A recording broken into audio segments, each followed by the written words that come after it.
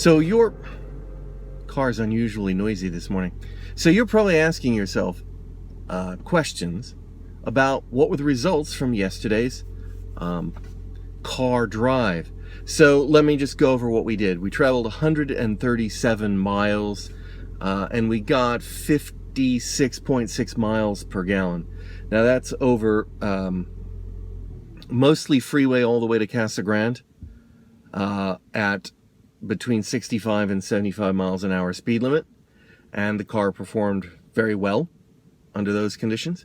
We drove a little bit inside Casa Grande, and then we headed across to Coolidge, which is on country roads, but they're very well defined, paved, empty, perfectly straight, and 55 mile an hour speed limits.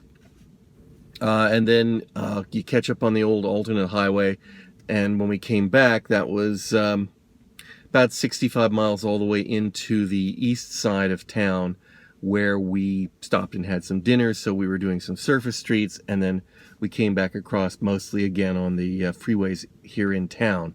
And so again, 57 miles per gallon over 137 miles on the drive. So I think it worked out really well. That tells me that the 300-some mile drive to California will be easily accomplished on one tank of gas, and we wouldn't have to stop in Desert Palms and fill up at the Costco. We could just stop at Desert Palms to fill up at the Round Table Pizza. So I think that's probably on the cards maybe in November. Maybe late October, but probably in November. So today is the first day that the climate control system did something other than cool. I had it on 76, which is relatively high in the summer. My wife would have it down on 68 or something. If I let her have control of the thing, but this morning, the outside temperature is 63 degrees, and as I was driving on the road, suddenly I noticed it was getting warmer in the car and not cooler, and I had to push it back down a couple of degrees because it was ridiculous. It was not necessary to have the heat on this morning. I was afraid it was going to be finicky like that, where it switches between hot and cold. I was hoping it would be a little more intelligent, but I guess we can't have everything. We're having some hand pies that we picked up at Arizona Food Crafters at the farmer's market this past weekend. And let's see what we got over here. Of course, I have these marked. This one's an Italian sausage.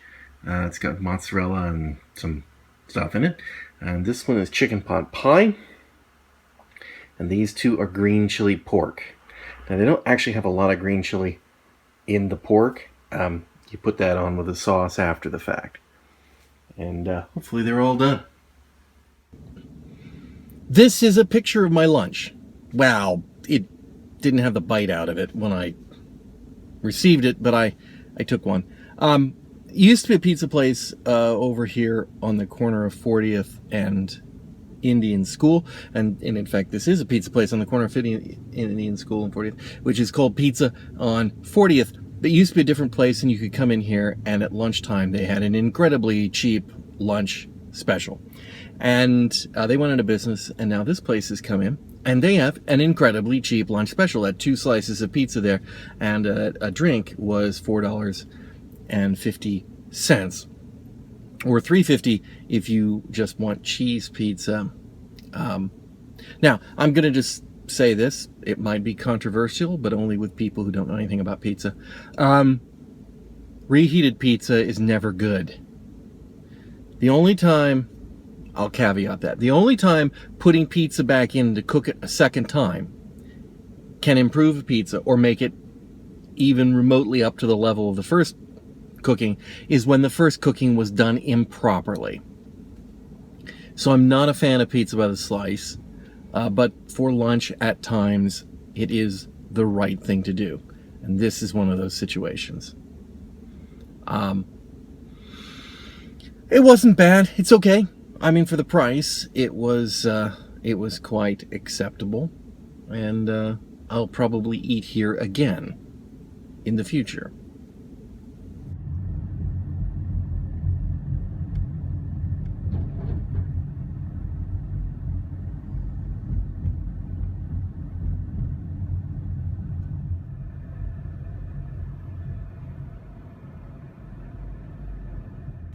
So we've come up to South Mountain Park, which is the largest city park in the world, but then not many people would think of this as a city park because it's basically a expansive desert in the middle of Phoenix.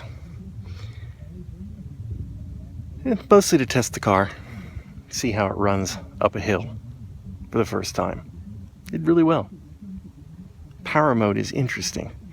I've had not an opportunity to use that. It really gives the car a kick. There's of course always some asshole who has to come up here and open his windows and play his radio really loud because they assume I want to listen to that shit. I think they're wrong.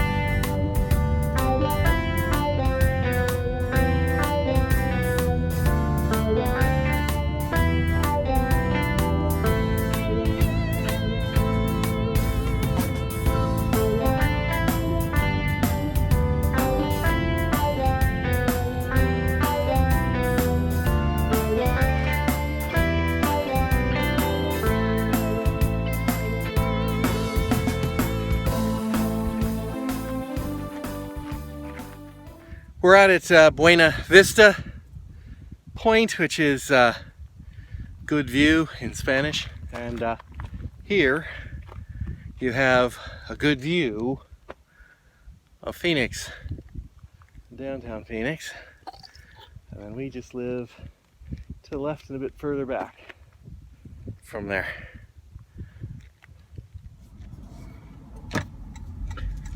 Today is the first time I've ever driven the car through a drive-through. And I am driving right into the sun. Oh, that's charming. But I'm almost to work.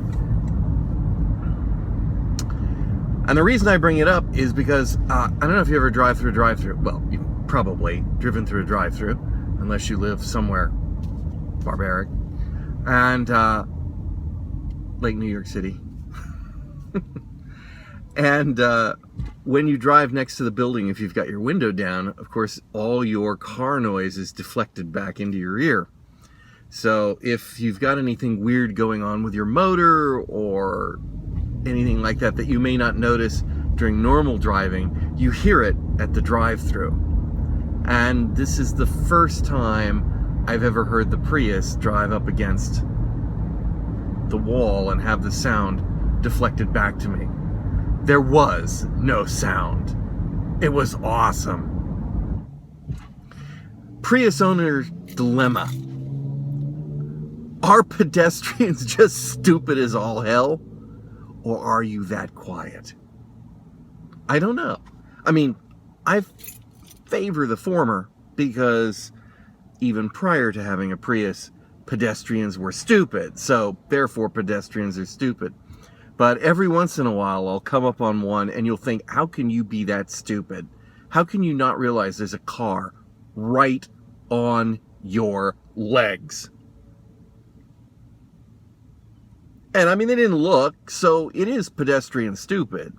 But anyway, I do not favor legislation forcing cars to make noise. I realize that we might be culling out the herd a little bit, but no. You know, we've finally got to a world where we're someday not going to have to listen to noisy cars driving around all the time, and I don't want to replace that with artificial noise. That's nuts. People are going to have to learn to look when they cross the street. Hey, maybe use crosswalks, stuff like that.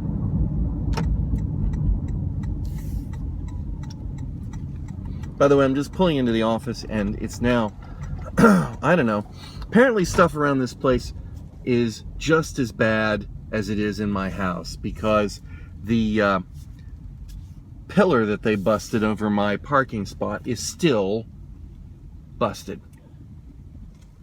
And so I'm parking in someone else's spot, apparently for more weeks. We're into October. They started that at the beginning of August. Or, well, the end of August. Still.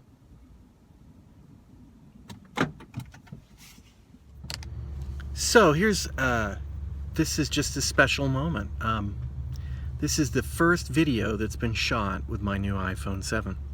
I don't know if it's any good, but it is the first video I've shot with my new iPhone 7. I'm at Arrowhead Town Center. I bought the phone at the Biltmore, which is in downtown, because they had one. Now I'm here at Arrowhead Town Center because this is where I get the screen protectors put on it. Get a nice new screen protector. I already got a battery case for it. I purchased this on the Apple upgrade program, so I'm paying for 24 months on it. And it has Apple Care Plus with it. And in 12 months I can, with no penalty, upgrade to the next phone. And I sold my old phone back to them for $200. So that was enough to cover the case and the tax on this. So pretty much broke even, except for the monthly payments. So look at this pretty video with the new FaceTime front camera. They've got a complete redo of the Arrowhead Town Center Apple store. It's all glass and stuff. It's kind of cool looking.